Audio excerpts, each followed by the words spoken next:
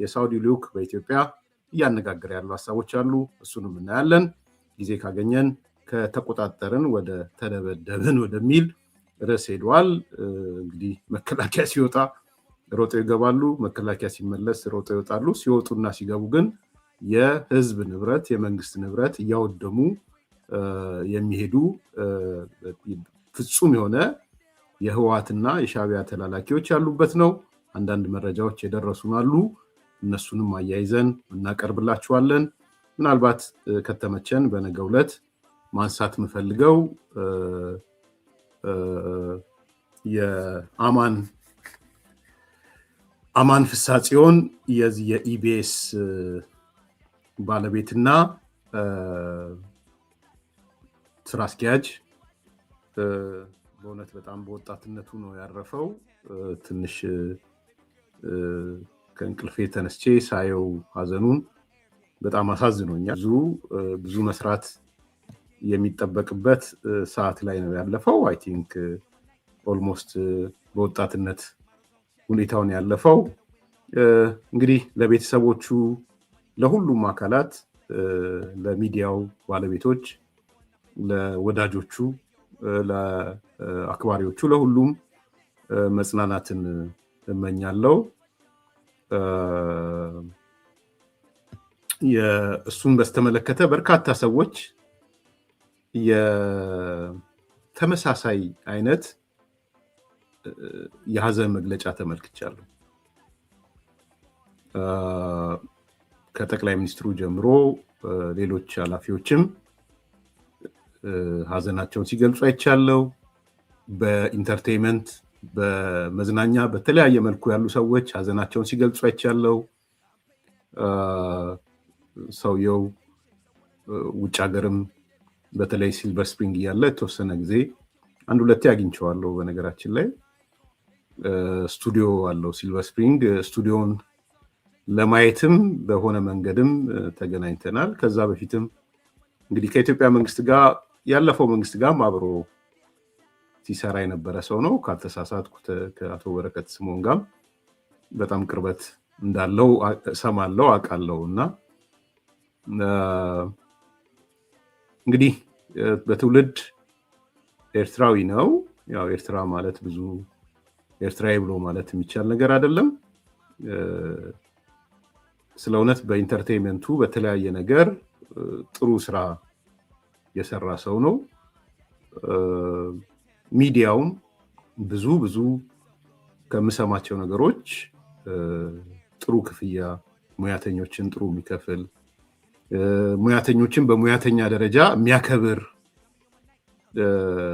እንደሆነ እሰማለሁ። እዚህ ሲልቨር ስፕሪንግም እሰማ ነበር። እሱም አንዳንድ ሰዎች እዛ ኢቢኤስ ተቀጥረው የሚሰሩ ሰዎች ወዳጆቼ ነበሩና ያሳዝናል። እንግዲህ አንዳንዴ ላይፍ እንደምትጠብቁት ላይሆን ይችላል። በተሰጠህ ጊዜ ሰርቶ ማለፍ ነው ትልቁ ነገር። እና እንግዲህ ለዚህ ሰው ከጠቅላይ ሚኒስትር ደረጃ የጠቅላይ ሚኒስትሩን ሳይ ነበረ አብይ አህመድ አሊ የኢቢኤስ ቴሌቪዥን መስራች ዋና ስራ አስፈጻሚ አቶ አማን ፍሳጽዮን በማረፉ ሀዘን ተሰምቶኛል። አማን ለኢትዮጵያ የግል ሚዲያ እድገት ወሳኝ ሚና ከነበራቸው አንዱ ነው። ኢትዮጵያ በአስቸጋሪ ሁኔታዎች ውስጥ ባለፈች ጊዜ ሁሉ የሚጠበቅበትን አድርጓል። ፈጣሪ ነፍሱን በሰላም ያሳርፋት የሚል በመንግስት የበላይ ኃላፊ ደረጃም ሀዘን የተገለጸበት ነው። የኪነ ጥበብ ሙያተኞች፣ ጋዜጠኞች፣ ፖለቲከኞች ሁሉም ሀዘናቸውን መግለጻቸውን አይቻለሁ። እና እንግዲህ አንዳንዴ ማንነት ሳይሆን ግብርህ ማተር ያደርጋል። ኤርትራዊ ስለሆነ ስላልሆነ አይደለም፣ ስለ ስራው ነው ሰዎች እያከበሩት ያሉት። እና አንዳንዴ ያንንም ማሰብ ይጠቅማል ብዬ ነው የማስበው። እና ነፍስ ይማር።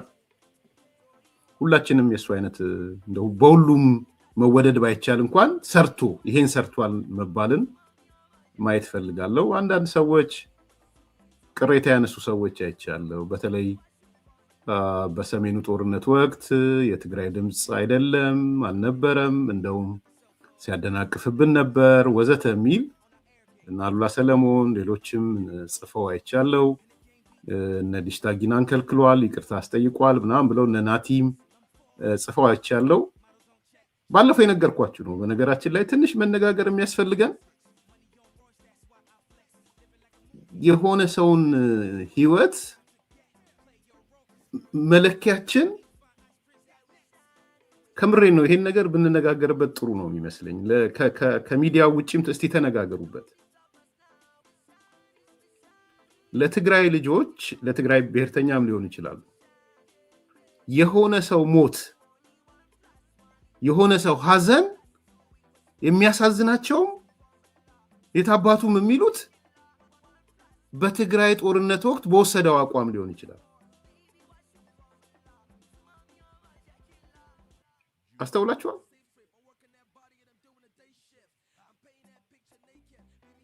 እና እንግዲህ ሌላው ደግሞ ሌላ መመዘኛ የአማራው ጽንፈኛ ጋር ደግሞ ስትሄዱ ደግሞ የሆነ ሰው ሀዘንና የሆነ ሰው ሞት ፋኖን በመደገፍና ባለመደገፍ ነው የሚወሰነው።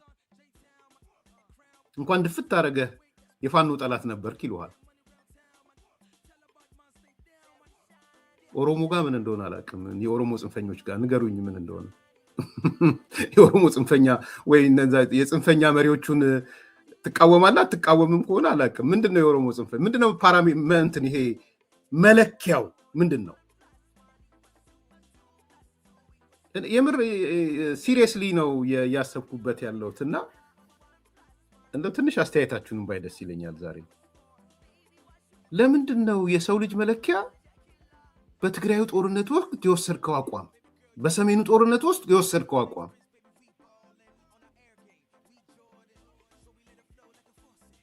በቃ ሌላ መለኪያ የለም። እነዚሁ ሰዎች እኮ የሚያስቁት አሁን የትግራይ ብሔርተኞች ጋር አካባቢ ሲሪየስሊ ነው እኔም እያነሳ ያሉት ባይዘው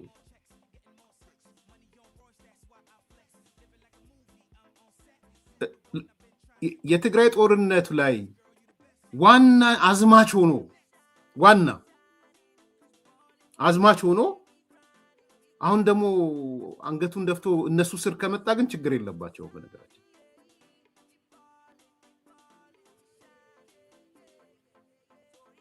እንዲሞት አልፈልግም። አሁን አቶ ገዱ በአጋጣሚ የሰው ልጅ ስለሚሰበር የሆነ ነገር ቢሆን አሁን እንደዛ አይሉትም አቶ ገዱ። ዋናው አዝማች ግን አቶ ገዱ ነው። ለነዚህ ለትግራይ ብሔርተኞች ነው እየነገርኳቸው ያለው። እነሱ ስር መጥቶ ከሽጌታዬ ካለ ችግር የለውም ይቀንሱታል። ከዛ በኋላ ካልሆነ ግን እንዴት ይረሳል ነው። ሰው የህይወት የነፍስ መለኪያ የሆነች ኢንሲደንትና የሆነ ነገር ከሆነ ምንድን ነው መለኪያው? ምንድን ነው ማለት አያሳስባችሁም?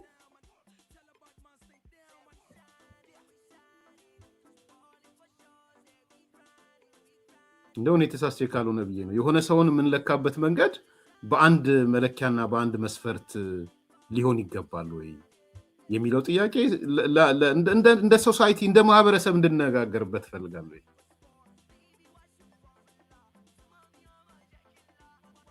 ይሄ ሰው በዚህ ሰርቷል፣ በዚህ እንደዚህ ሆኗል፣ ጥሩ ነገሮች እነዚህ ነገሮች ከዛ በቃ ካልሆነ ግን ያንተ ነፍስ ገነት የምትገባውና ሲኦል የምትገባው አንተ ባስቀመጥከው መለኪያ ነው። ብሔርተኛው ባስቀመጠው መለኪያ ነው።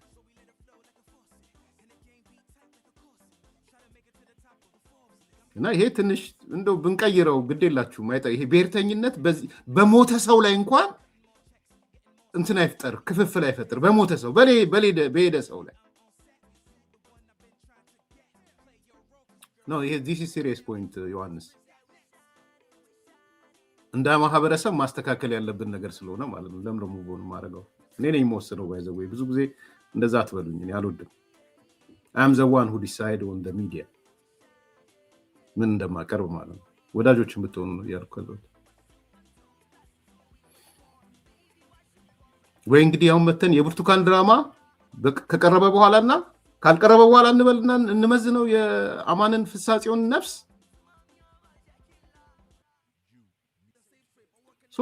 ማቆም ያለብን ሲሪየስ ጉዳይ ስለሆነ ነው። ነፍስ ህይወት በሆነች ነገር ብቻ የምትለካ አይደለች። ብርቱካን ድራማ ሲያቅ አስተካክሏል። የትግራዩ ጦርነት ምን ነው ይሄንን የምትሉ ሰዎች ሰሜን ዕዝ እንደዛ ሲመታ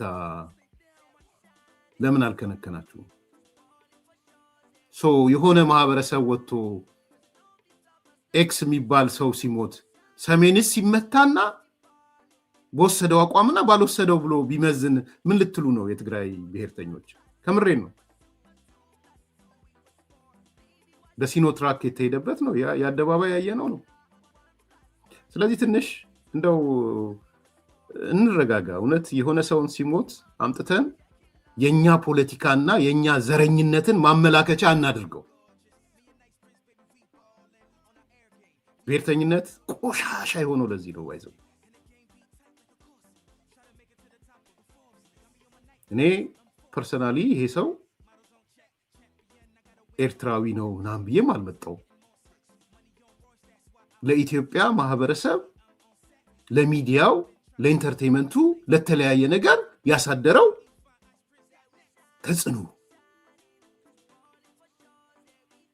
እንጂ መለኪያዬን በዚህ ወቅትና በዚህ ወቅት ፋኖን ደገፈ አልደገፈ፣ የትግራይ ጦርነት ወይም የሰሜን ጦርነት ጊዜ እዚህ ጋር ነበረ እዚህ ጋር አልነበረም የሚል አይ ቲንክ ብታስቀሩት ጥሩ ነው። ላይክ አድርጉ፣ ሰብስክራይብ አድርጉ፣ ሼር አድርጉ።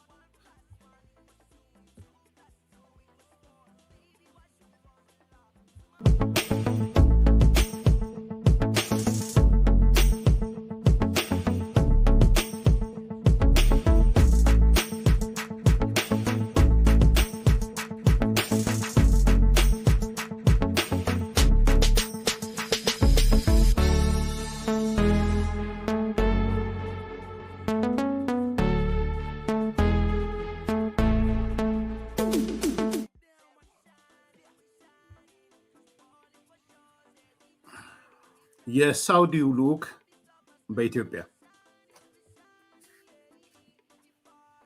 በዛሬው ዕለት አበይት መነጋገሪያ ከሆኑ ርዕሶች መካከል የሳውዲ አረቢያ የውጭ ጉዳይ ሚኒስትር ልዑል ፋይሰል ቢን ፋርሃን በአዲስ አበባ መግባታቸውና ከኢትዮጵያው ጠቅላይ ሚኒስትር ዶክተር አብይ አህመድ እና ሌሎች የመንግስት ከፍተኛ ባለስልጣናት ጋር መመካከራቸው ዋነኛው አጀንዳ ሆኗል። በሌላም በኩል በቀጣይ ጊዜያቶች የቱርክ ፕሬዝዳንት ኤርዶጋን ወይም የእሳቸው ወኪል በሚቀጥሉት ሳምንታት ወይም ቀናት ወደ ኢትዮጵያ ይመጣሉ የሚለውም ዜና በሰፊው እየተነገረ ነው ያለው። አላረጋገጥኩም፣ ግን በዛሬው ዕለት ከሳውዲው ልዑል ጋር የተመካከሩት ጠቅላይ ሚኒስትር ዶክተር አብይ አህመድ የሚከተለው መልእክት አስቀምጠው ዋነኛ ዜና ሆኖ ተመልክቼዋለሁ። እንዲህ ይላል ኮት ውይይታችን በአበይት ዘርፎች ለረጅም ዘመናት የዘለቀውን የሁለቱን ሀገሮች ትስስር በማስፋት እና የወል ፍላጎቶቻችንን በሆኑ ቀጠናዊና ዓለም አቀፋዊ ጉዳዮች ላይ ትብብርን በማጠናከር ላይ ያተኮረ ነበር ነው መልእክቱ። እንግዲህ የኚህ የሳውዲ ልዑክ ወይም የሳውዲ ልዑል እና የውጭ ጉዳይ ሚኒስትሩ ወደ ኢትዮጵያ መምጣት በጣም በርካታ አስተያየቶችን ነው ያስተናገደው።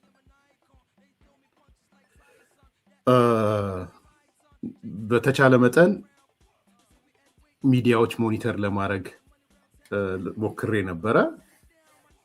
ሚዲያዎች ሞኒተር ሳደርግ በጣም በርካታ ነገሮች ነው ያየሁትና እንዲሁ ዝም ብዬ ሰብሰብ ለማድረግ ስሞክር ወደ 4-5 ትልልቅ ጉዳዮች ከዚህ የጠቅላይ ሚኒስትሩና የውጭ ጉዳይ ሚኒስትሩ ልዑሉ ጋር የተደረገው ውይይት መላምቶች ተቀምጠው ተመልክቻለሁ። እንግዲህ ከዛ በፊት አይነጋ መስሏት ፖለቲካ የሚጫወቱ አሉ። አይነጋ መስሏት እና አይነጋ መስሏቶች ዛሬ ከ50 30 20 ቀመር የመንግስት ለውጥ ቀመር 50-30-20 የምታስታውሱ ከሱ ቀመር ወጥተው እሱን እርግፍ አድርገው ትተውት አሁን ሌላኛው ቀመር ኤመሬት ሆና ነበረ እንደምታስታውሱ። ሳውዲ ኤመሬት፣ አረብ ኤመሬት፣ ዱባይ፣ የኢትዮጵያ መንግስት ዱባይ ነው፣ የኢትዮጵያ መንግስት ኤመሬት ነው። ኢትዮጵያን የሚያዘው አዛዥ ናዛዡ ቢንዛይድ ነው። አገራቶች ወደ ቢንዛይድ ሄደው ነው ወደ ኢትዮጵያ የሚመጡት። ኢትዮጵያ ፑፔት ናት። የኢትዮጵያ መንግስት አሻንጉሊት ነው ወዘተ የሚል መቼም የሰመኑ የአይነጋ መስሏት ፖለቲከኞች፣ የብሔርተኞች፣ ዘረኞች በሰፊው አይታችኋል። አይነጋ መስሏት በቃ ዕለት ተዕለት የሻዕቢያ የውጪ ህዝብ ግንኙነት የበጎ ፍቃድ ህዝብ ግንኙነት የሆኑ ማለት ነው። እነዚህ ሰዎች ምን ሲሉ ነበረ?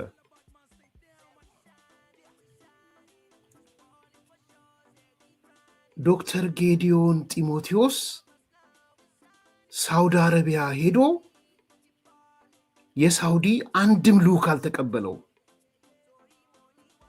በዚህ ያህል ኢትዮጵያ ተንቃለች።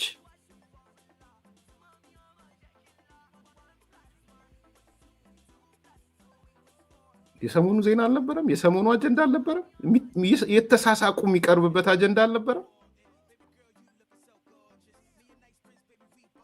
ሆርን ሪቪው አንብቤዋለሁ። ታንኪ ማማኑ የሪያድ ጉብኝት አንድም የሪያድ ሰዎች ሊቀበሉት ራሱ ፍላጎት አላሳዩም። ፊት ነሱት። ትልቅ ዜና፣ የደስታ ዜና በዛ በኩል በቃ ሳውዲ መጣች ከግብፅ ጋር፣ ግብፅ ኤርትራ፣ ሱዳን ምናምን ለአንድ ቀን አይነጋ መስሏል።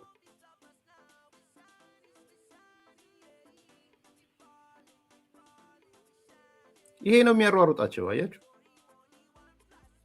ኦኬ፣ እንደዛ ከሆነ ውጭ ጉዳይ ሚኒስትሩ ምን ሊያደርግ መጣ? ልዑሉ ምን ሊያደርግ መጣ? ይሄ ነው እኔ ሁሌ የምናገረው። ኢትዮጵያ ትልቅ ሀገር ናት። ብሔርተኞች፣ በነገራችን ላይ ዘረኞች ኢትዮጵያ ትንሽ ሀገር፣ ሁሌም ቢሆን ኢትዮጵያ ትንሽ ሀገር ተደርጋ እንድትሳል ነው የሚፈልጉት። በዚሁ ተናግሬ ልሂድ። የትግራይ ብሔርተኞች ትግራይ ትልቅ ናት ከኢትዮጵያ ይልቅ ታውቃላችሁ። የአማራ ብሔርተኞች አማራ ትልቅ ናት ከኢትዮጵያ ይልቅ። የኦሮሞ ብሔርተኞች ኦሮሚያ የሚሉት ከኢትዮጵያ በላይ ትልቅ ነው። በብሔርተኞች ስዕል እነሱ የያዙት ብሔርተኝነት ከአገሪቷ ይበልጣል።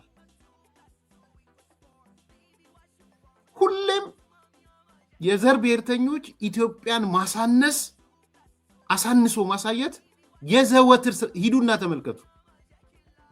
በተወሰነ መልኩ የአማራ ብሔርተኛው ነበረ ተከላካይ የነበረው።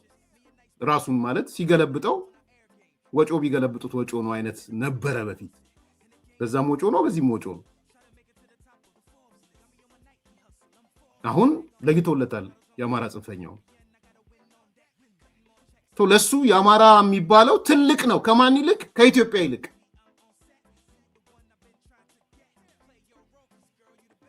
ኢትዮጵያ ማጣጣል፣ ኢትዮጵያ ማራከስ የብሔርተኞች ትልቁ ፒላራቸው ነው። በነገር ምሰሷቸው ነው። ስፍራቸው፣ መንደራቸው ናት ለነሱ ትልቅ። ምክንያቱም ከመንደር አልፎ ስለማያውቁ ነው። ከሰፈራቸው አልፎ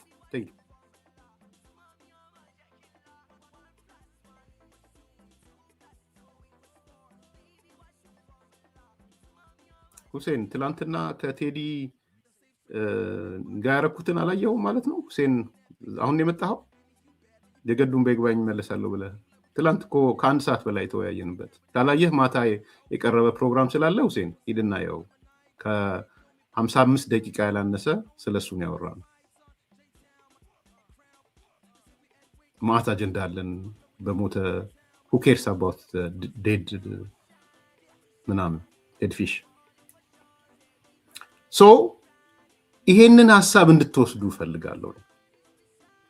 ኢትዮጵያ ማጣጣል የብሔርተኞች ትልቁ ባህሪያቸው ነው።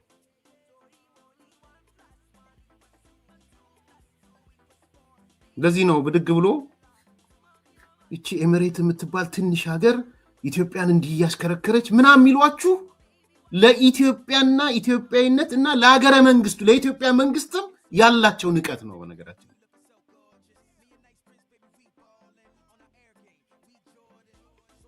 እና ምን አሉን? የሳውዲ የኢትዮጵያ ውጭ ጉዳይ ሚኒስትር ዶክተር ጌዲዮን ሳውዲ ድረስ ሄዶ የሳውዲ ሰዎች ከኤርፖርት እንኳን አንቀበልም ብለው አበሻቅጠው መለሱት። ዛሬስ ደነገጡና የሳውዲው መጥቷል፣ እየመጣን የሳውዲው ልዑል መጥቷል፣ ሊያስፈራራን የመጣው በሚቀጥለው ደግሞ ኤርዶጋን ወይም የሱ ተወካይ ይመጣና ሊያስፈራራ ይመጣል። ዛሬ ደግሞ ኒሳቸው እሱ ነው። ኧረ ፈሩ! ኧረ ግድ የላችሁም ፈሩ! ሰው ኢትዮጵያ መጥቶ ነው የሚያስፈራራው ወይስ ነይ ብሎ ነው የሚያስፈራራው? እንዲህ አንዳንዴ እኮ ነቄ ሲባል ደግሞ ጥፍ ተብሎ ለምዳችኋል። ደግሞ የሆነ ነገር ነቄ ሲባሉባችሁ ጥፍት ማለት ለምዳችኋል። ጥፉ። የሳውዲው ልዑል ኢትዮጵያ መጥቶ ሊያስፈራራ ያሁኑ ደግሞ ይሄ የፖስት ትሩዝ ኔሬቲቭ ደግሞ ማለት ነው። ልዑሉ መጥቷል፣ የመጣው ሊያስፈራራ ነው። ኧረ ይደብራል እንዴ! ሰው ሀገር መጥቶ አያስፈራራህም።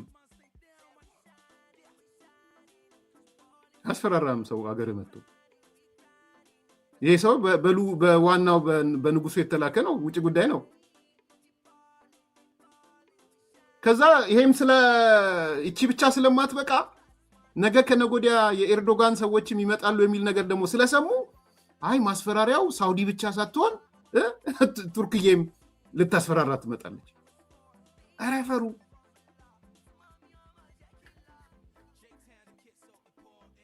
እንዴ የመጣው ሁሉ ኢትዮጵያን ሊያስፈራራ ነው እንደሚመጣው? የአፍሪካው ጀነራል ሲመጣ ኢትዮጵያ ሊያስፈራራ መጣ አላችሁ። ዜና ብሬኪንግ ብላችሁ ሰራችሁ። አስፈራራ። የአፍሪካው ጀነራል አፍሪካውም ጀነራሉ የአሜሪካ ማለት ነው አስፈራርቶ ጠቅላይ ሚኒስትሩን አስፈራርቶ ሄደ። ውጭ ጉዳይን አስፈራርቶ ሄደ ምናምን። እኛ ደግሞ የተደረገውን ውይይት በኬብል የተላከ ውይይት የ10 ገጽ ይዘን መተን አሳየናችሁ፣ አወጣንላችሁ። አይደለም ከኢትዮጵያው ጠቅላይ ሚኒስትርና ከውጭ ጉዳይ ኢትዮጵያ ውስጥ ሐሳብ አላቸው ብለው ያሰቡትን 3-4 ሰዎች የአሜሪካው ጀነራል ኤምባሲ ጠርቶ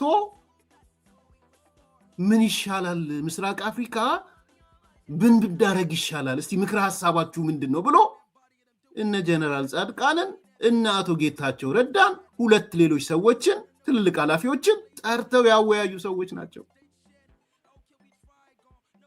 ፖሊሲ ቀርጸው የወዱ ሰዎች ናቸው። ኤርትራን በተመለከተ እንዲናደርግ፣ ፋኖን በተመለከተ እንዲናደርግ፣ ኦላን በተመለከተ እንዲናደርግ፣ ህዋትን በተመለከተ እንዲናደርግ፣ ሱዳንን በተመለከተ እንዲናደርግ፣ ሶማሌን በተመለከተ እንዲናደርግ ፖሊሲ ቀርጸው ወደ ውጭ ጉዳይ ወደ ስቴት ዲፓርትመንት ነው በኬብል የላኩት። ያንን ያመጣውላችሁ እዛ ላይ ምድር የተነሳው እንዴ ኢትዮጵያ የቀንዱ የሰላምና መረጋጋት አንከር ናት የተባለው። አታሳንሷት ኢትዮጵያ። በእናንተ በብሔርተኝነት የጠበበ ጭንቅላት አታሳንሷት።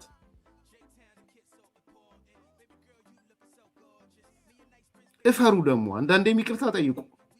ታይ ትላንትና ዶክተር ጌዲዮን ጢሞቴዎስን ሳውዲ አባረረ ብለን ነበር፣ ለካ እነሱ ሮጦ መጡ። እፈሩ።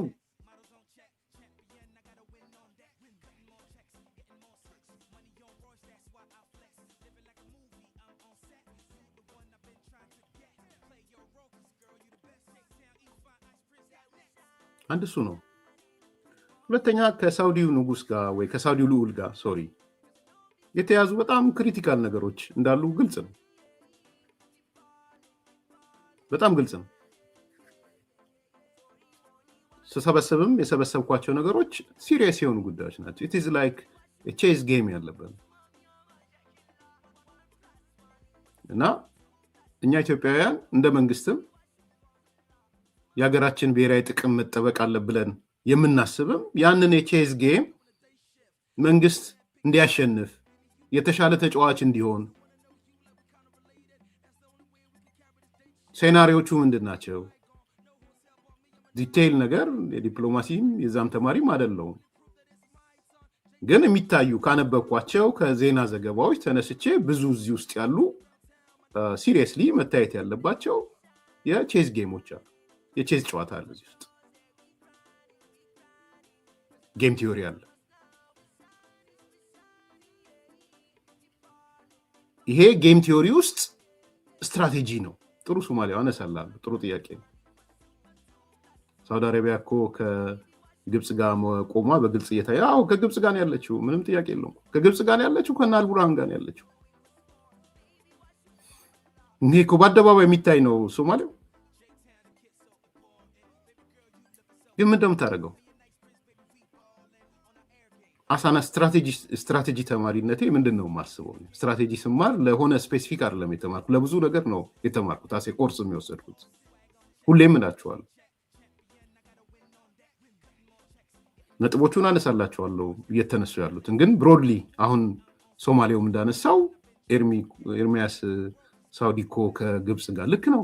ከግብጽም ናት፣ ከኤርትራም ጋር ናት፣ ከአልቡርሃንም ጋር ናት። ምንድን ነው የምታደርገው? የዚህ ወቅት ያንተ ተጻራሪ ተብሎ የሚታሰበው ኃይል ወደ አንተ መጥቷል። ሶማሌው ምንድን ነው የምታደርገው?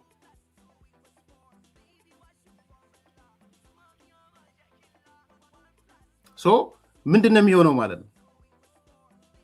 የምትወስደው አሴ ስትራቴጂ ብዙ ጊዜ 3 ነገሮች ናቸው አይደል? እዚህ ቤት ተነጋግረናል ስለ ስትራቴጂ። አንደኛውና ትልቁ ብዙ ጊዜ ይሄን የምታጠፋው ሙያተኞቹ ተመራማሪዎቹ ያስተማሩን፣ ለወዳጅህ ብዙ ጊዜ ታጠፋል። በተቻለ መጠን ወዳጅህን ላለማስቀየም ማለት 70% ጊዜህን የምታጠፋው ለወዳጅ ነው። አቅምህን የምታጠፋው ለወዳጅ ነው።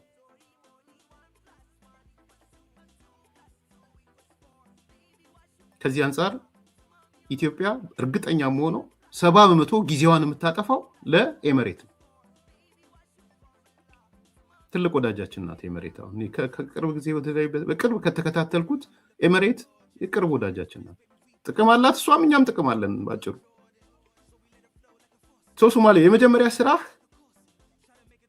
በእጅ ያለውን ወዳጅህን ማጽናት ነው ትልቁ ስራ።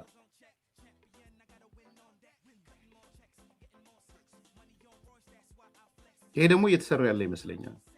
እንደዚህ ነው እየተንጫጩ ያሉት በሶኮልድ መተው እያንዳንዱ ነገር ክሊክ የምትነካው ኤመሬት ናት፣ ቢንዛይድ ጋር መሄድ አለብህ ምናምን ያሉት ለዚህ ነው፣ ሌላ አይደለም። ይሄ ዘረኞቹ ማለት ነው።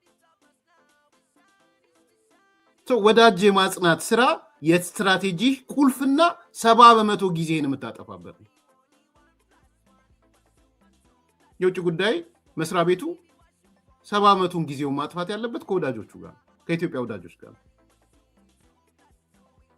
ይከተላል ብዬ አስባለሁ። ሁለተኛ መሀል ላይ ያሉ ኒውትራልም ሊሆኑ ይችላሉ፣ አንዴ ከጠላት ጋር አንዴ ከወዳጅ ጋር ምናምን ለሚሆኑት ሰዎች ደግሞ ሁለተኛ ጊዜ ታጠፋል። ለኔ ሳውዲ ማያት በዛ አይን ነው። ኢትዮጵያም ጋር ትፈልጋላታለች። ኢትዮጵያ ቀላል ነገር እንዳይመስል የግብርና ምርት ቀላል ያልሆነ የግብርና ምርት ነው ከኢትዮጵያ ወደ ሳውዲ የሚሄደው። ቀላል እንዳይመስል የሺህ አላሙዲን ብቻ በቂ ነው። ከተማ ላይ ኢንቨስትመንት አላት። ፖርት እቆጣጠራለሁ ካለች ሳውዲ ያለ ኢትዮጵያ አይሰራም ምስራቅ አፍሪካ ላይ።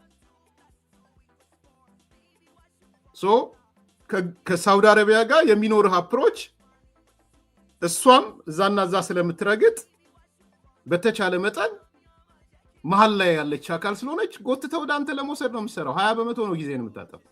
ስለ 20% ነው የምናወራው ስለ ሳውዲ ስናወራ። ጥቅሟን ታሳያታለህ የተሻልክ እንደሆነ፣ በኢኮኖሚ የተሻልክ ነህ፣ በኢንቨስትመንት የተሻልክ ነህ። እነሱ የግብርና እጥረት አለባቸው፣ እህል የላቸውም። ሰፋፊ መሬቶች አለን፣ እኛ እየተጠቀሙም ነው። የቀንድ ከብት ከኛ እየተጠቀሙ ነው፣ ወዘተ ወዘተ።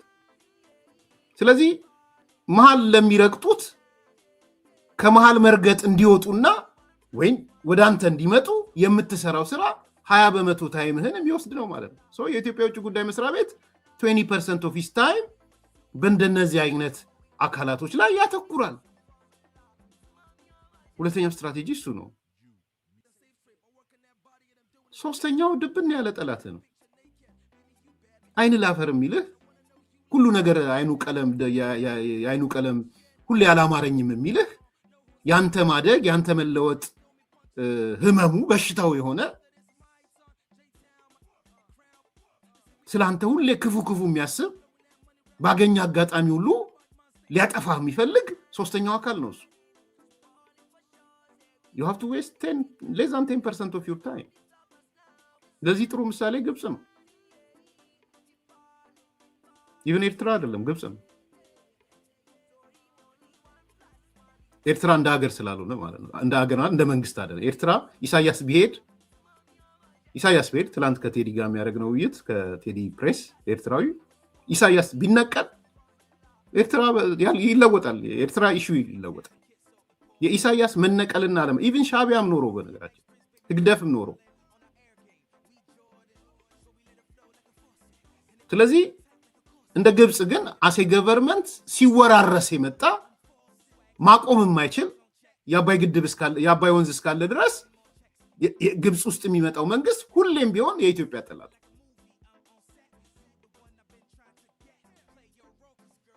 ኤርትራ እንደዛ አይደለም።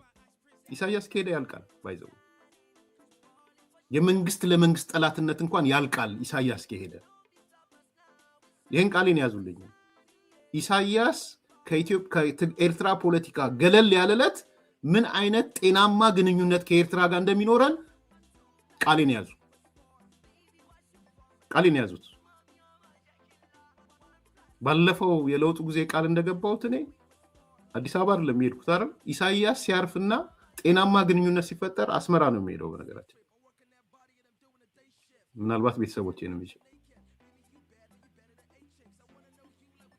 ኢትዮጵያን ትቻት አይደለም ምክንያት ስላለኝ፣ ግን በእርግጠኝነት የምነግራችሁ ኢሳያስ ከተወገደ ጤናማ ሪሌሽንሺፕ ይኖራል። ስትራቴጂክ ኤነሚ የኤርትራ ጋር የሚመጣው መንግስት ስትራቴጂክ ኤነሚ አይደለም፣ አይሆንም። ኢሳያስ ነው ስትራቴጂክ ኤነሚ ራሱ ግለሰቡ። ምንድን ነው የምትከተለው? ለሶስተኛው አካል እንደ ግብጽ ያለ እንደ ኢሳያስ ላለ ሰው የምትከተለው ስትራቴጂ በተቻለ መጠን ከለዘበልህ ሰየው ታለዝበዋለህ። ካለዘበልህ ግን ዝግጅት ነው የምታደርገው።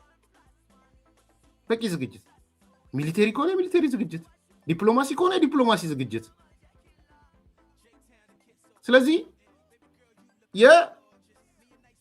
የኦቨርኦል ስናየው ስትራቴጂዎቹ በእነዚህ ሶስት ካታጎሪ ውስጥ የሚገባ ነው። ወዳጅህን የምታጸናበት፣ የሚወላውሉትን ሰዎች ወደ ወዳጅ ለማምጣት የምትጥርበት፣ እልም ያሉ ጠላቶችን ኒውትራላይዝ ለማድረግ የምትሞክር፣ ካልሆነ ደግሞ ዝግጅት የምታደርግበት።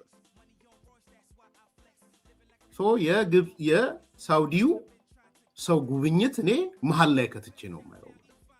ሶማሊያ አይ ቲንክ የተግባባን ይመስለኛል። አሁን ግብጽ የግብጽ መንግስት ግብጽ ሳይሆን የግብጽ መንግስት ቋሚ ጠላት የሚሆንበት ምክንያት ይታወቃል። እሱ በቃ የሚቀየር ነገር የለም ወይ? አባይ ወንዝ አቅጣጫው መቀየር አለበት። ተፈጥሮ ተለውጣ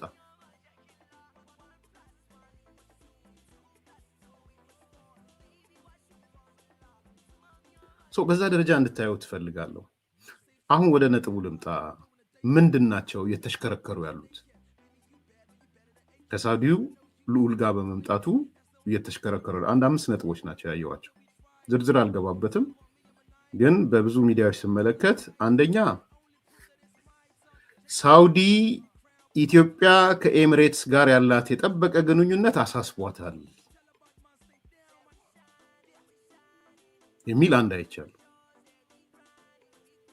አንዱ በብዙ ቦታ ላይ ተነስቶ ያየሁት የኢትዮጵያና የአረብ ኤሚሬቶች ግንኙነት ለሳውዲ ምቾት አልፈጠረም። ሰዋት አሁን ስትራቴጂ ውስጥ ሄዱና ክተቱት። ለሳውዲ ብለን ከኤሚሬት ጋር ያለን ግንኙነት አናላለም። 70% እንደውም ጊዜያችን የምንሰጠው ለሳውዲ ነው፣ ለሶሪ ለኤሚሬት ነው። በጣም ይቅርታ አሳስቦሻል። ታትስ ፋይን። የተሻለ ጥቅም የተሻለ ሰጥቶ መቀበል ከኤሚሬት ጋር አለን። ኤሚሬት ጋር ያለን ግንኙነት አጠናክረን እንቀጥላለን። አያችሁ እንትሩን ስትራቴጂውን አይታችሁ ወደ እያንዳንዱ ስከቱት የሚመጣው ነገር እንደዛ ነው። ብትሰጊም ምን ብትይም እኛ ከኤሚሬት ጋር ሸርበን ሳውዲ ላይ አንመጣም። ግንኙነታችን ግን እንደጠነከረ ይቀጥላል። የምናስቀድመው ብሔራዊ ጥቅማችንን ነው። ሁለተኛ ያየሁት ሰሞኑን ሮይተርስ በምርመራ ዘገባ አገኘሁት ያለው እና ያሰራጨው ዜና ነው። ይሄ ዜና እንደምታዩት ኢትዮጵያ በድብቅ በሺዎች የሚቆጠሩ የሱዳን ፈጥኖ ደራሽ ኃይሎችን ወይም አርኤስኤፍ ተዋጊዎችን በግዛቷ ውስጥ እያሰለጠነች ነው የሚል ዋነኛ መነጋገሪያ ሆኖ ወጥቷል። የአሜሪካው የኮንግረሱ የውጭ ግንኙነትም ያሳስበኛል የሮይተርስ ሪፖርት ምናምን ብሎ ወጥቷል።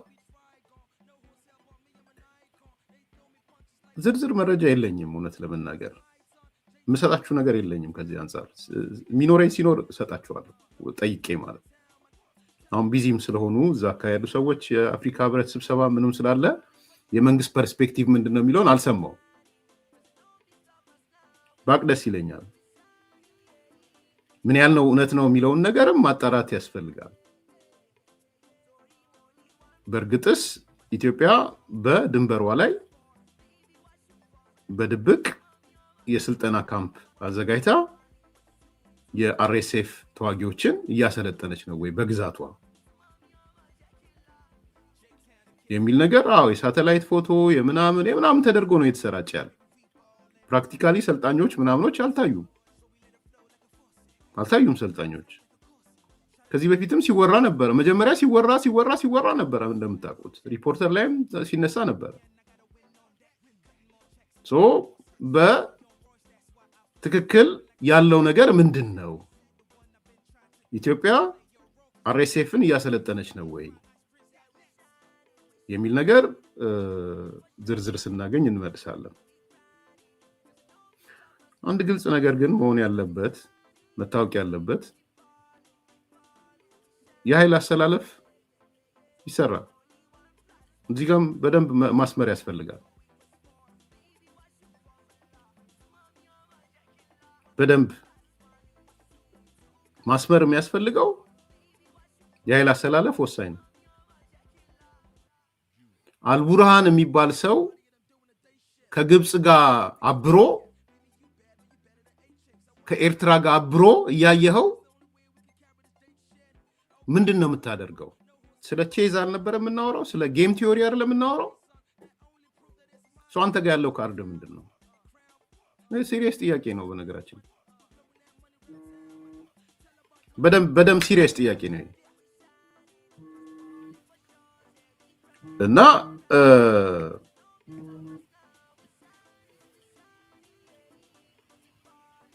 ያው ብዙዎች ውሸት ነው፣ የወርቅ ቦታ ነው፣ እንዲህ ነው እንትናንም አይቼዋለሁ። ፓርላማ ያለውም የሆነ ሚዲያ ላይ ቀርቦ ውሸት በሆነ ነገር ለምንድነው የምናገረው ብሎ አይቼዋለሁ። ይሄ በአባይ ግድብ ላይ የሚከራከረው ፓርላማ ያለው ሰው በጣም ወደው ሰው ነው። አይቻለሁ። በሌለ ነገር ለምንድነው መልስ የምሰጥህ ብሎ ማለት ነው። ለዚህ ነው ወደ ዝርዝር መግባት ያልፈለግኩት። ግን ፖለቲካሊ የኃይል አሰላለፍ እዚህ ጋር ቢሆን ማተር ያደርጋል።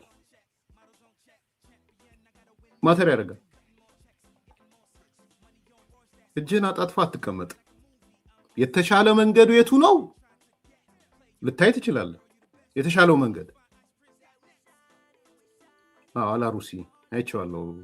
ኢንተርናሽናል የሆነ ሚዲያ ላይ ቀርቦ በሌለ ነገር መልስ አልሰጥም የሌለ ነገር እኮ ነው የሚል አይቻለሁ። መሐመድ አላሩሲ። ኦኬ። አዲስ ሪፖርተር ያወጣው የግብፅ ሴራ የሮይተርስ እርስ በርስ የሚጋጭ ውሸት እንደሆነ በሰፊው አትተዋል። አልሰማውም። መዝገቡ ዛሬ አልሰማውም። ዛሬ ነው አልሰማውም።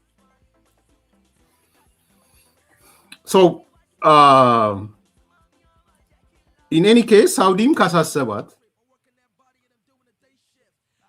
የኢትዮጵያን መንገዶች ደግሞ ማሰብ ያስፈልጋል ማለት ነው። የሆነ አክሲስ እየተፈጠረ እየታየ ነው። የአክሲስ በኤርትራ በአዲስ አክሲስ እየመጣ ነው። ኤርትራ፣ ግብፅና ሱዳን ያለው የአልቡርሃን ማለት ነው። ዝም ብላ መከበብ የለባትም ኢትዮጵያ። አልቡርሃን ከግብፅ ጋር እየተነጋገረ የግብፅ ድሮን እየመጣ የግብፅ እንትን እየመጣ የሚሰራ ከሆነ ኢትዮጵያስ ምንድነው ማድረግ ያለባት? ስለዚህ እዚህ ጋር ያለውን ጨዋታ ሲሪየስሊ ማየት ያስፈልጋል። ነው ያስተጋቡት ሰዎች አይቼዋለሁ ያልኳችሁ ነው። አሁን የኤርትራ ቃል አቀባይ ፈቃደኝነት የኤርትራ ቃል አቀባይ የሆኑ ሰዎች ያሉት በፊት የነገርኳችሁ እነሱ በቃ ሲያዳምቁት ነው ያሉት። ዝነኛው ሚልኬሳም ከጠፋበት መጥቶ ጃንጃዊድ የጠቅላይ ሚኒስትሩ ጃንጃዊድ ሚሊሻ የሚል ርዕስ ሰጥቶ ዛሬ ሀሳብ ሊሰጥ ርዕስ ሰጥቶ አይቼዋለሁ። ዝነኛው ሚልኬሳ ግድ የለም ይቅርብህ፣ ውጣ፣ በቃ አልቆብሃል አንተ። ዝነኝነቱም አልቋል። ባይዘው እኔም ከአሁን ሄዳ ዝነኛው ሚልኬሳ አልልም። ዝነኛ ያልኩት ባይዘው ለጥቂት ጊዜ ስለሆነ ነው። ኮሜዲ ምናምን ስላሉት ኮሜዲ ኮንቲኒቲ ያለው ኮሜዲ። ዝነኛ ግን የሆነ ታይም ነው፣ ከሆነ ታይም በኋላ ኒውትራል ይሆናል። እና ዝነኛው ሚልኬሳ ዛሬ አጀንዳ መሰለውና የአብይ አህመድ ጃንጃዊድ ሚሊሻ ነው ምናምን ብሎ ርዕስ ሰጥቶ መጥቷል። ሚልኬሳ እነዚህ የኤርትራ ፈቃደኛ የህዝብ ግንኙነት እየሰሩ ያሉት እነሱ ተዋቸው። በቃ ምንም ከኢትዮጵያ ጥቅም ስለሌለ እያንዳንዷ የምትራገብ ነገር ማምጣት ነው። በቃ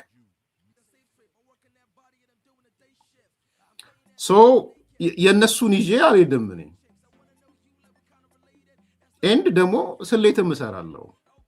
ምንገራችሁ ስሌትም እሰራለሁ። የምሰራው ስሌት ፐርሰናሊ የኢትዮጵያ መንግስት ይሰራዋል አይሰራውም አላውቅም። ኦኬ፣ ሱዳን፣ አልቡርሃን፣ ግብፅ፣ ኤርትራ አንድ ላይ የመጡ አክሰስ ኦፍ ኢቭል እየፈጠሩ እያየዋቸው የኔስ ሚና ምንድነው ሊሆን የሚገባው የሚለው መስራት አለበት። ዝም ብለህ እድሜ ልክ ኒውትራል አትሆንም።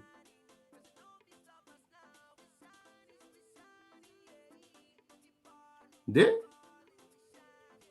የአርኤስኤፍ መሪ እኮ የኢትዮጵያ የወደብ ጥያቄ ትክክለኛ ጥያቄ ነው፣ የባህር በር ጥያቄ ትክክለኛ ጥያቄ ነው እያለኝ እኔ አሁን እደግፈዋለሁ አልደግፈውም ውስጥ አልገባውም። ኢትዮጵያ ትደግፈው አልትደግፈው ውስጥም አልገባውም።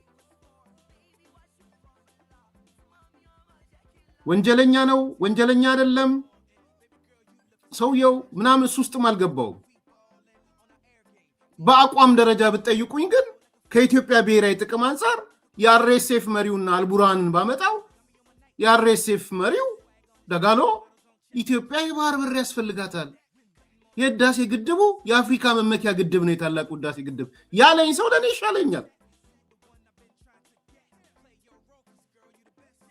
እንዳልኩት ወንጀሎች አሉት የሉትም ምን የሚባለው ሌላ ጥያቄ ነው። ምን አሜሪካ ከትልልቅ ወንጀለኞች ጋር የአሜሪካ መንግስት ይሰራ የለን? ከታጣቂ ያደራጅቶ አርሚ 7 አርሚ ምናምን እያለ እያደራጀ ከሚመጣብኝ አልቡርሃን አርኤስኤፍ መሪው ይሻለኛል፣ እኔ ደጋሎ ይሻለኛል።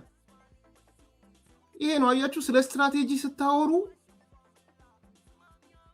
ባይ ዘ ዌይ የስትራቴጂ ተማሪ እንኳን ባትሆኑ አዲስ ኮምፓሶች የምመክራችሁ ስትራቴጂ የሚባሉ መጽሐፎችን ፈልጉና አንብቧቸው። ብዙ ነገር ይቀይሯቸዋል። አንድ ነገር የምታዩበትን መነጽር ሼፕ ያደርጉላችኋል። ተውት፣ ማትስ ተማሪም ሁኑ ኢኮኖሚክስም ሁኑ ሌላም ሁኑ ስትራቴጂ የሚል መጽሐፎች ፈልጉና አንብቡ። በጣም ብዙ መጽሐፎች አሉ። በዚህ አጋጣሚ ቪዲዮ ተመልከቱ ዩቲዩብ። ሁሌ የምትመለከቱት ነገር ስትራቴጃይዝ ነው የምታደርጉት ያንን ነገር። ስትራቴጃይዝ ስታደርጉ ሶት አናሊሲስ ትሰራላችሁ ማለት ነው። ምንድነው ስትሬንግዙ፣ ምንድነው ዊክነሱ፣ ምንድነው ኦፖርቹኒቲው፣ ምንድነው ትሬቱ ትሰራላችሁ። ማትሪክሱን አስቀምጣችሁ ከሁኔታዊ ትንተና ተነስታችሁ ነው ስትራቴጂያችሁን የምትቀርጹት። ትንታኔውን ስትሰሩት ምንድነው አልቡርሃን ነው የሚሻለን ደጋሎ ነው የሚሻለን ከኢትዮጵያ ብሔራዊ ጥቅም አንጻር እና ጃንጃይድ ሚሊሻ ስላለኝ ጃንጃይድ ሚሊሻ እያልኩ አብሬ እንድጮህለት ነው የሚፈልገው። የጃንጃይድ ሚሊሻ መሪ ስላለኝ እኔም መጥቼ የጃንጃይድ ሚሊሻ መሪ እያልኩ ልቀጥም ነው? ለእኔ አገሬ ብሔራዊ ጥቅም እየቆመ ያለው ማን ነው? የኔ ብሔራዊ ጥቅም ምንድን ነው? ሶት አናሊሲሱ ላይ ትሰራላችሁ። የባህር በር፣ የወደብ ጥያቄ፣ የታላቁ ህዳሴ ግድብ ጥያቄ፣ የፍትሃዊነት ጥያቄ። ማን ነው የሚሻለው ለኔ? አርኤስኤፍ ወይስ አልቡርሃን? ከዛ ደግሞ የትሬት የሚባለው ስጋት ሶት ነው ያልነው አይደል? ትሬት ነው መጨረሻው፣ አራተኛው ኤክስተርናል ነው ትሬት። በነገራችን ሶት አናሊሲስ ሲሰራ ስትሬንግዝ እና ዊክነስ ውስጣችሁ ነው። ኦፖርቹኒቲ እና ትሬት ግን ውጫዊ ነው። ምን ኦፖርቹኒቲ አለኝ፣ ምን ትሬት አለኝ፣ ምን እድል አለኝ፣ ከውጭ የማገኘው ምን ስጋት አለኝ። የስጋት ትንታኔያችሁን ታስቀምጣላችሁ። ማን ነው የበለጠ ስጋት የሚፈጥረው? እና አትሸወዱ። በዚህ በእነዚህ ዝነኛውም ይሁኑ አሁን በፍላጎት የኤርትራ የሻቢያ ቃል አቀባይ የሆኑ ሰዎችም አትሸወዱ።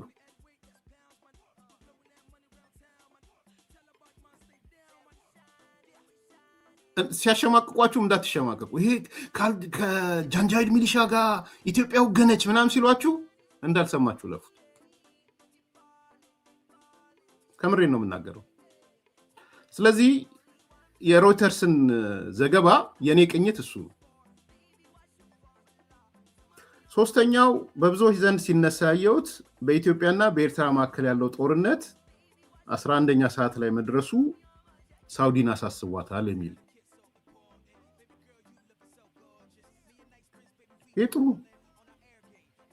ነው። ኢትዮጵያ እድል አገኘች። አሁን የሳውዲው ልዑል ከጠቅላይ ሚኒስትሩ ጋር ሲቀመጥ ከውጭ ጉዳይ ሚኒስትራችን ጋር ሲቀመጥ ምንድነው የሚነግረው? ጠቅላይ ሚኒስትሩ ምንድነው የሚነግረው ለልዑሉ? ውጭ ጉዳይ ሚኒስትሩ ምንድነው የሚነግረው ለልዑሉ? ያሰጋኛል የኤርትራና ውጥራው፣ እኛ እኮ ደብዳቤ ለተባበሩ መንግስታት አስገባን፣ ለራሱ ለኤርትራ መንግስት እኮ ሁሉ ላክንለት፣ ታውቃለህ ሳውዲ አዋውለህን ነበር፣ የውል ስምምነት እኮ በእኔና በኢሳያስ ወይም በፕሬዚዳንቱና በጠቅላይ ሚኒስትሩ መካከል እኮ ሳውዲን ያፈራረመችው የሪያዱ ስምምነት።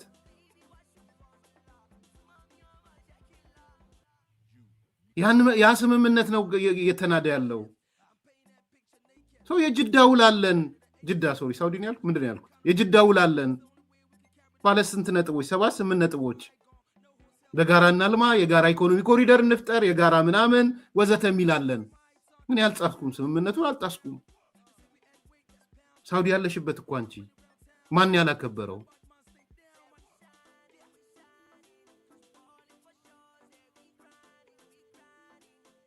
ለውጭ ጉዳይ ሚኒስትሩ ለልዑሉ የምትነግሩት ይሄን ነው። ይሄ እንደ እድል ነው የሚቆጠረው። ትልቅ እድል ነው።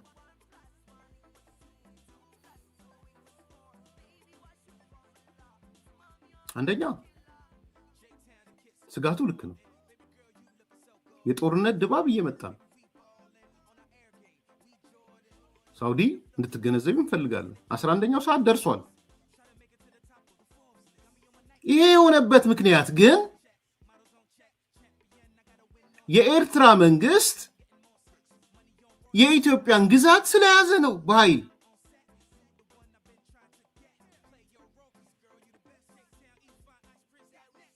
ይሄ የሆነበት ምክንያት የኤርትራ መንግስት የኢትዮጵያ ታጣቂዎችን ፋኖ የሚባሉ ህወሓት የሚባል ሸኔ የሚባል ሸኔ ጋር እንኳን ብዙ አይደለም፣ እነዚህን እያስታጠቀ ነው።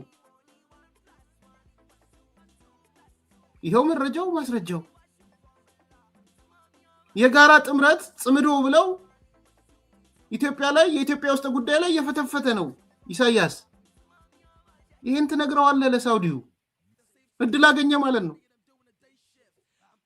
ከዛ ራሳቸው ህሊና ሚዛን ራሳቸው ይወሰዱ። ነገ ኤርትራ ጋር ሲሄዱ የራሳቸውን ህሊና ሚዛን ይዘው ይሄዱ። ስለዚህ አንዳንዶች የኢትዮ ኤርትራ ጦርነት አስግቷቸው ነው የመጡት የሚለውን ነገር እኔ ደስ ይለኛል። አስግቶት ከመጣ የሳውዲ ውጭ ጉዳይ ሚኒስትር ሊሰጋም ይገባል። ጦርነት እንዳይገባ ማድረግም አለበት። ጦርነት አያስፈልግም።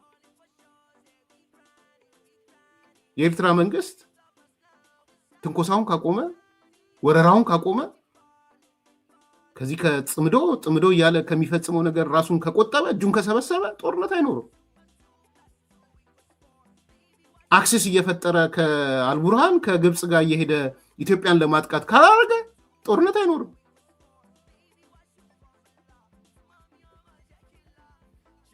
ያፈራረማቸውን ሳውዲ ያፈራረመቻቸውን ስምምነቶች ካከበረ ጦርነት አይኖርም። እንደውም የበለጠ የጋራ እድገት ነው የሚኖረው።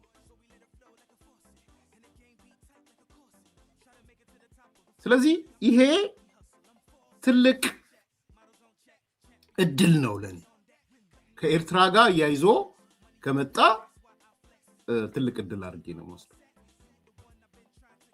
ሁልጊዜ ከምንነጋገርበት ጋር ማዕከል አድርጋችሁ ስል ፋኖ ደብረታቦር ገብቷል ይለኛል። አንደኛ እዛው ደብረታቦር ልላክህና እዛው ተሰናበት። ሁለተኛ ከምንነጋገረው ነገር ጋር ብቻ ነው ያልኳቸው፣ አሰናብቻለሁ። ይሄ የኢትዮ ኤርትራ በጣም ጥሩ ነው የሚመስለኝ። ኤርትራ ጋር ሄዶ ደግሞ የራሱ መልስ ያዘጋጅ ሊስት አድርጎ።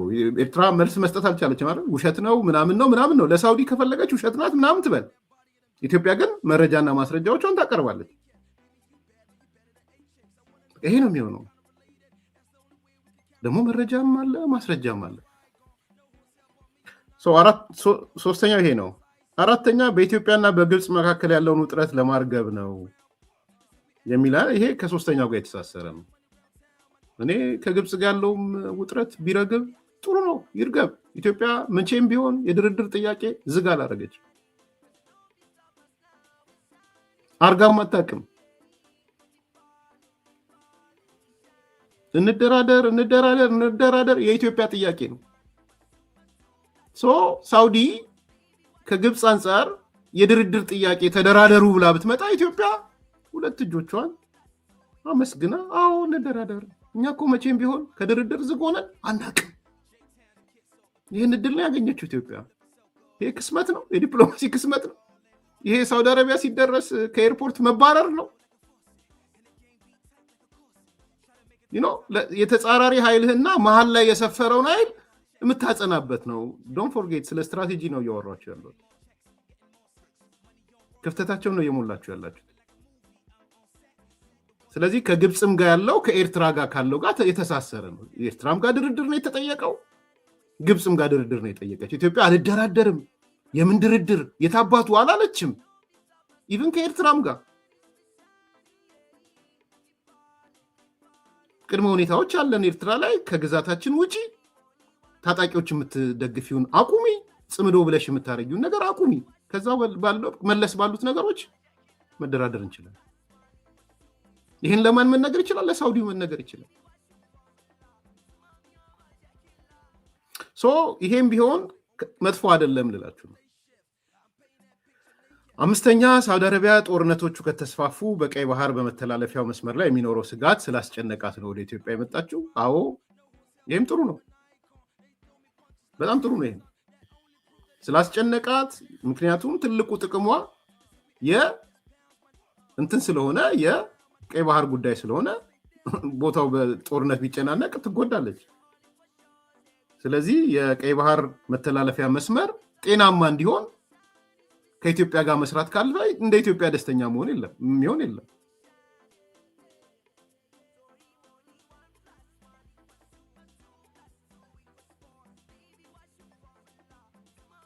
እንደውም ፍላጎታችን ለምንድን ነው አግላችሁን የቀይ ባህር ምናምን ብላችሁ ያደረጋችሁት? በዚህ ቅሬታ አለን። ቅሬታንም ታቀርብበታለህ። ስለዚህ እኔ በድምሩ ሳየው እና ሳጠቃልለው የሳውዲው ልዑክም ውጭ ጉዳይ ሚኒስትሩን መምጣቱ በሚቀጥለው ሳምንት የነ ኤርዶጋን ወይም የኤርዶጋን ወኪሎች መምጣታቸው ትልቅ የዲፕሎማሲ የኢትዮጵያ ትልቅነትን የሚያሳይ ነው። የአፍሪካ ህብረት ስብሰባ ቢያንስ ውጭ ጉዳይ ሚኒስትሮቹ በደመቀ ሁኔታ እያየን ነው። ትላንት ሂንት የተወሰነ የሰጠዋችሁ የኢትዮጵያ ውጭ ጉዳይ ሚኒስቴር ከሩዋንዳው ውጭ ጉዳይ ሚኒስቴር ጋር ሲነጋገሩ አይታችኋል። ከወጣው በኋላ ነው ያየሁት። ከሌሎች ውጭ ጉዳይ ሚኒስቴር ጋርም እየተነጋገሩ ነው። ይሄ ምንድነው? ወዴት ነው እየሄደ ያለው? ምንድነው እየተፈጠረ ያለው?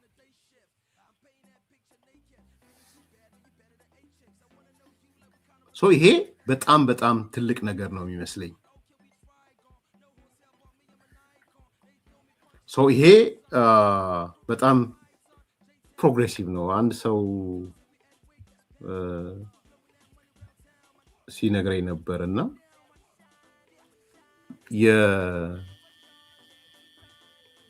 የአፍሪካ መሪዎች በቃ አዲስ አበባን ያዩ ምንድን ነው እየሆነ ያለው? እኔ የሰማሁት እሱን ነው። ከምሬ ነው የምላቸው። በዚህ እኔ ደስ ነው የሚለኝ በዚህ እንጂ አይከፋኝም። ምንም ነው የሚከፋኝ። አውሮፓ ያለ ነው የአፍሪካ ህብረቱ ዋና ጸሐፊ እንዳለው ሪሊ አፍሪካ ውስጥ ነው ያለ ነው ወይስ አውሮፓ ነው ያለ ነው? እንደሱ ነው የሚሉት ብዙዎቹ የሰማሁት። የተሳሳተ ከሆነ ነገ እውነቱ ይወጣል። ግን እኔ የሰማሁት ነገር እሱ ነው። እንዲህ ከተማ እንዲህ መቀየር ይቻላል እንዴ?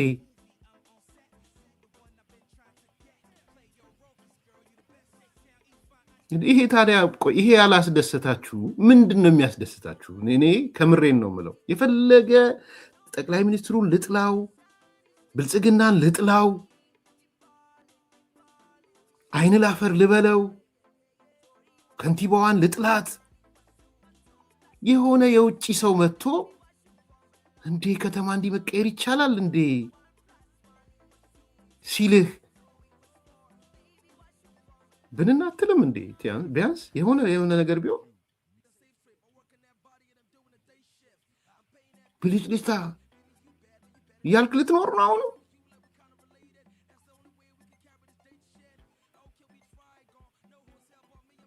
አፍሪካ መሪዎች በብልጭልጭታ ነው የታለሉት። የሆቴሉ ምሰማው በጣም ነው ደስ የሚለው። የሆቴሎቹ ኳሊቲ ፕራይቬት ሊሆኑ ይችላሉ፣ ትልልቁ የመንግስት ሆቴሎቹ ጨምሮ የአየር መንገዱ ሆቴል መስተንግዶ፣ ሰርቪስ አሰጣጡ፣ በአጠቃላይ ሆስፒታሊቲው ይሄ እኮ በጣም ትልቅ እኮ አሴት ነው። ጉድዊል እኮ ከሌትም አካውንቲንግ ላይ እኮ ጉድዊል ምንድን ነው እንዴ? የአንድ ነገር ጉድዊል እኮ የሚለካው በዚህ ነው። በሌላ በምን ይለካል?